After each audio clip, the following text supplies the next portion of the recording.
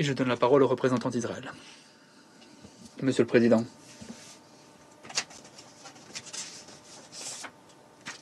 Certains font de cette séance un spectacle. Mais pour Israël, ce n'est pas un spectacle, c'est notre réalité au quotidien. Il y a quelques heures, 2 Israéliens ont été assassinés au passage d'Al-Anbi, à la frontière entre la Jordanie et Israël. Ciblés par les armes de la terreur. Voici notre réalité au quotidien. Les performances, les paroles prononcées aujourd'hui peuvent avoir des conséquences terribles sur le terrain. Tout d'abord, je voudrais remercier les États-Unis. Merci d'avoir fait preuve de leadership et de conviction morale en opposant un droit de veto face à cette résolution biaisée. Les membres du Conseil de sécurité. Mesdames et messieurs les membres, comment avons-nous été saisis de ce projet de résolution? Eh bien, avant toute chose, c'était un texte qui allait dans un seul sens de l'Algérie. Les États-Unis, de bonne foi, ont essayé d'apporter un équilibre pour essayer de présenter la paix, la sécurité, la clarté morale, et l'Algérie a tout simplement refusé. Pendant des semaines et des semaines, l'Algérie a tout simplement mené la danse, non pas pour obtenir des compromis, mais pour imposer un processus ralenti. L'objectif n'était pas de renforcer le consensus, mais bien d'éliminer tout équilibre. Petit à petit, ligne après ligne, mot après mot, l'Algérie a fait de son mieux pour affaiblir le texte. Et donc, posez-vous les bonnes questions. Pourquoi avez-vous cédé face aux exigences radicales de l'Algérie?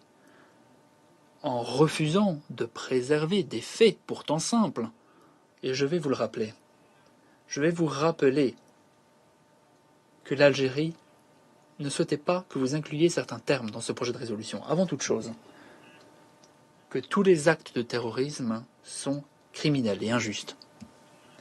Que le Hamas est une organisation terroriste. Que les attentats terroristes du 7 octobre du Hamas doivent être condamnés. Que le Hamas doit être désarmé et quitter la bande de Gaza. Pourquoi ces phrases ont-elles été supprimées? La réponse est claire et simple. L'Algérie préfère miser sur les spectacles que sur la vérité. Préfère les spectacles au progrès véritable. Selon nous, ce n'est pas de la diplomatie tout cela, c'est tout simplement du théâtre. Pour l'Algérie, le fond n'a pas beaucoup d'importance. La forme, par contre, oui. Tout comme le processus, les applaudissements. Non, la population de Gaza, l'Algérie n'en a rien à faire. L'Algérie n'a rien à faire de leur souffrance. Si le peuple de Gaza vous importe, vous auriez alors condamné le Hamas. Vous auriez inclus tout ça dans la résolution. Au lieu de cela, vous protégez le Hamas. Vous en faites le personnage principal de cette scène que vous avez construite au Conseil de sécurité. Et je le sais, un grand nombre d'entre vous êtes des diplomates sérieux, sérieuses, et pourtant en soutenant un projet de résolution qui ose sous-entendre qu'Israël affame le peuple de Gaza, vous faites l'écho de la propagande du Hamas. Posez-vous les bonnes questions. Est-ce un choix que vous êtes prêt à défendre? Est-ce le chemin que vous souhaitez suivre? Souhaitez-vous suivre le script au lieu de dire la vérité? Les faits sont là. Les points de passage sont ouverts. L'assistance humanitaire entre à Gaza grâce à 4 points de passage ouverts. Hier, 226 camions sont entrés à Gaza et 540 Gazaouis ont été évacués pour une assistance sanitaire urgente. Depuis mai, plus de 13 000 camions d'alimentation, de médicaments et de produits essentiels sont entrés à Gaza. La famine, ce n'a jamais été la politique d'Israël. Ce n'est pas la politique d'Israël. Nous voulons par contre lutter contre la terreur, contre le Hamas. C'est ça notre politique. Le Hamas, c'est l'acteur qui, en fin de compte, affame les otages. Le refus de faire face aux faits n'est pas être neutre, c'est un choix qui renforce le Hamas et prolonge les souffrances des Israéliens et des Palestiniens à nouveau. Ce que l'on voit, c'est un spectacle fait pour les gros titres et non pour la paix.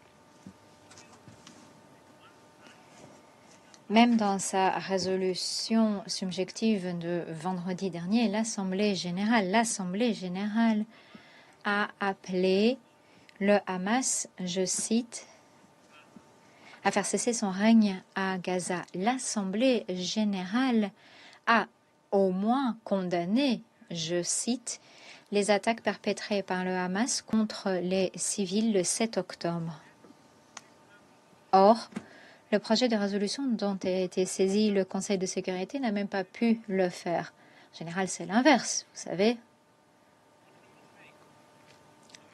Ne vous leurrez pas. Le Hamas attend en coulisses. C'est le seul à bénéficier de ce spectacle.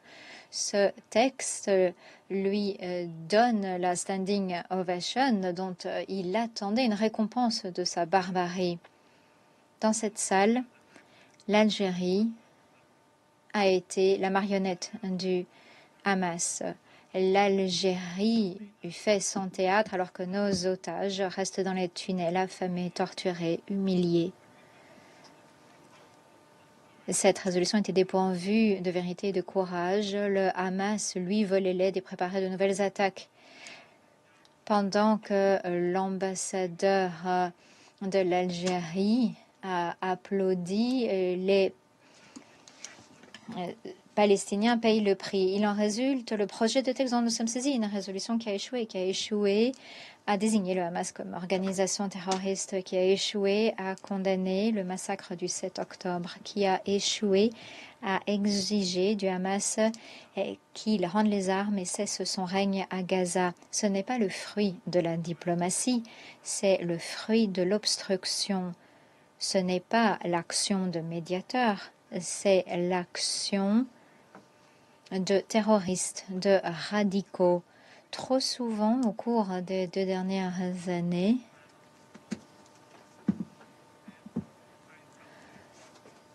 le monde ne s'est pas indigné face aux innocents pris au piège du tunnel. On a entendu des excuses ou pire encore le silence. On a demandé à Israël de justifier l'injustifiable, ramener nos otages à la maison et contraindre le Hamas à prouver qu'il n'y a pas d'impunité pour les terroristes. Israël ne voulait pas de cette guerre. Israël n'a pas demandé cette guerre. Lorsque le Hamas a envahi Israël, attaqué nos villes, tué notre population et emmené les otages dans les tunnels, la guerre nous a été imposée à nous. Le Conseil de sécurité est devant un choix. Vous pouvez continuer en l'absence de clarté morale ou vous pouvez agir avec un objectif clair. Vous pouvez ramener l'organisation à la vérité, la justice et la paix. Les manipulations politiques, ces gestes vains sont dépourvus de toute pertinence. L'hypocrisie, la politique partisane ne conduiront jamais à la paix. Mesdames et messieurs, membres du Conseil, nous sommes à une croisée des chemins. Cette année, voilà 80 ans que l'ONU a été créée. L'ONU, une institution née après que le mal ait été vaincu dans une longue guerre. La lumière l'a emporté sur l'obscurité, mais avant de vaincre l'axe du mal, d'aucuns avaient choisi de contrer la tyrannie avec l'apaisement, alors que d'autres restaient fermes lorsque le Premier ministre Chamberlain avait dit à sa population de rentrer chez elle et de dormir tranquillement alors que les hostilités avançaient. Churchill a choisi la voie du courage et de la clarté morale. C'était différent. Churchill a confronté et a vaincu la tyrannie. Nous ferons de même. La tyrannie est notre ennemi, quelle que soit sa langue, quel que soit son déguisement, son apparence. Nous devons être vigilants, déterminés et unis. Israël ne se verra pas imposer de rentrer chez elle et de dormir alors que le terrorisme est à notre porte. Nous ne nous reposerons pas tant que tous les otages ne seront pas à la maison et tant que le Hamas n'aura pas été vaincu. Merci, Monsieur le Président. Je remercie le représentant d'Israël de cette déclaration. Le représentant de l'Algérie a demandé la parole pour faire une nouvelle déclaration. La parole est à l'Algérie. Merci, Président. J'ai beaucoup hésité avant de prendre la parole, mais on a cité mon pays à 5 reprises et je ne pouvais pas ne pas répondre. Vous avez tous vu, vous avez tous entendu que le représentant d'Israël a délibérément visé mon pays, et mon pays seulement, au sujet de ce document, de ce projet de résolution, pourtant parrainé par les 10 membres élus de ce Conseil de sécurité, pourtant voté par 14 membres sur 15 de ce Conseil de sécurité, représentant l'immense majorité de l'humanité.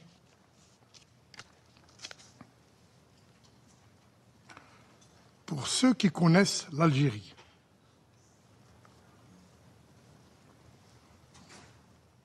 nous ne serons pas intimidés. La semaine dernière,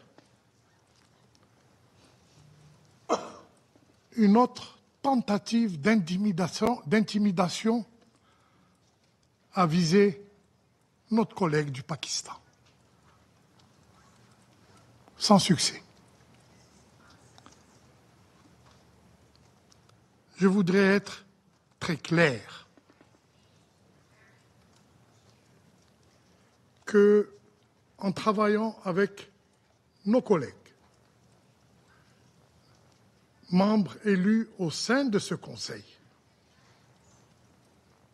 nous n'avons voulu, et notre seul objectif a été de soulager la souffrance du peuple palestinien à Gaza. Une souffrance indicible. Des bombardements de civils. L'imposition de restrictions pour l'aide humanitaire. La famine. Et enfin, le génocide. Et notre sentiment à tous est un sentiment de révolte contre ce qui se fait actuellement à Gaza, y compris aujourd'hui.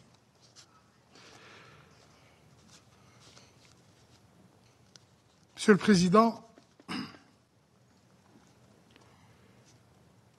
comme l'a dit et répété le président Abdelmadjid Tebboune, l'Algérie se tiendra aux côtés du peuple palestinien jusqu'à ce qu'il puisse bénéficier de leur droit à l'autodétermination, jusqu'à ce qu'ils puissent jouir de leur droit inaliénable à l'établissement d'un État indépendant, avec Al-Quds Sharif comme capitale. Tout le reste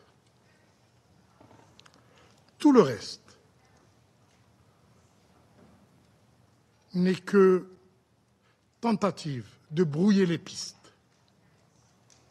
et d'échapper aux condamnations unanime de la communauté internationale. Je vous remercie.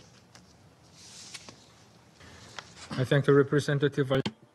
Je remercie le représentant de l'Algérie de sa déclaration. La représentante du Danemark a demandé la parole pour faire une nouvelle déclaration. Merci, Monsieur le Président. Je prends la parole pour répondre aux commentaires formulés par le représentant d'Israël. Cette résolution a été élaborée par les 10 membres élus sous coordination du Danemark en tant que coordonnateur des 10 membres élus. Avec tout le respect que je vous dois, nous ne reconnaissons pas le processus décrit. Un membre élu a été mentionné de façon spécifique, mais nous sommes 10 à avoir parrainé un texte qui a recueilli 14 voix pour et un veto. Merci. Je remercie la représentante du Danemark de sa déclaration.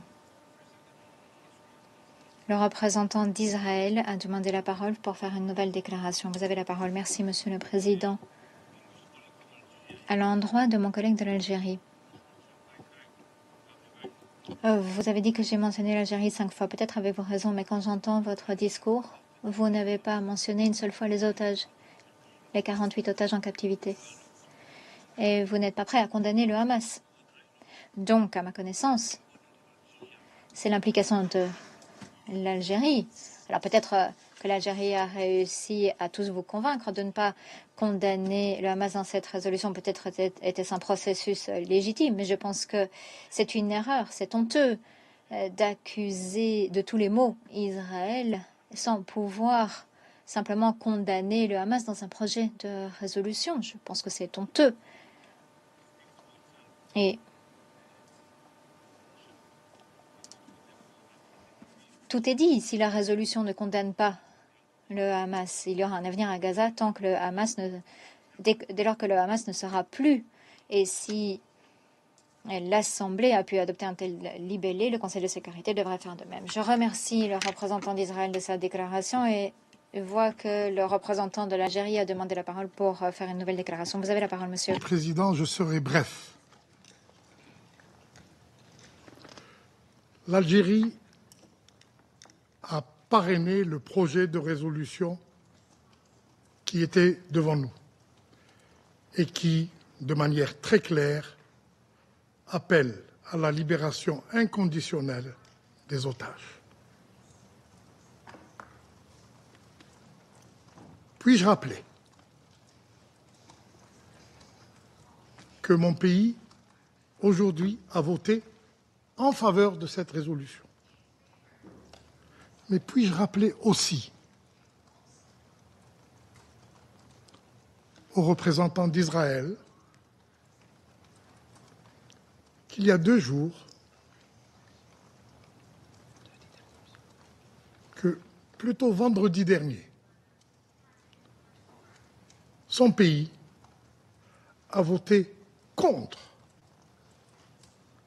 une résolution à l'Assemblée générale qui contenait de manière très explicite la condamnation de la prise d'otages par Hamas. Je répète,